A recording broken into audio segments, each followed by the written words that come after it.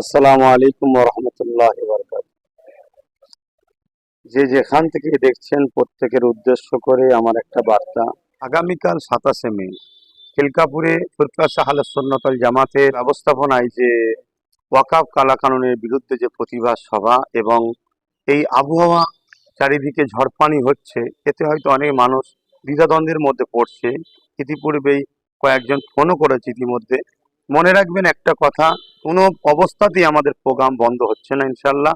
কেন ঝড় পানি এটা তো স্বাভাবিক হবে, এটা সৃষ্টিকর্তার হুকুম হবে। আর এটাও তো হতে পারে তিনি আমাদেরকে পরীক্ষা নিচ্ছেন।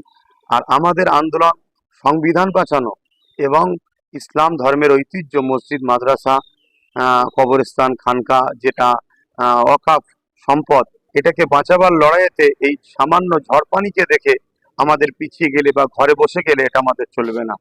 তাই ইনশাল্লাহ কোনোভাবেই আমাদের এই প্রোগ্রাম বন্ধ হচ্ছে না।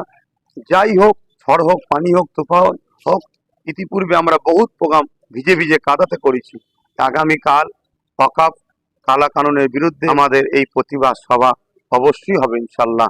কোনোভাবেই আমরা এই প্রতিবাদ সভাকে বন্ধ করে দিয়ে বানচাল করে দিয়ে আবহাওয়ার দোহাই দিয়ে পিছিয়ে থাকবো, এটা ইমানদার হিসাবে আমাদের ঠিক কাম্য হবে না।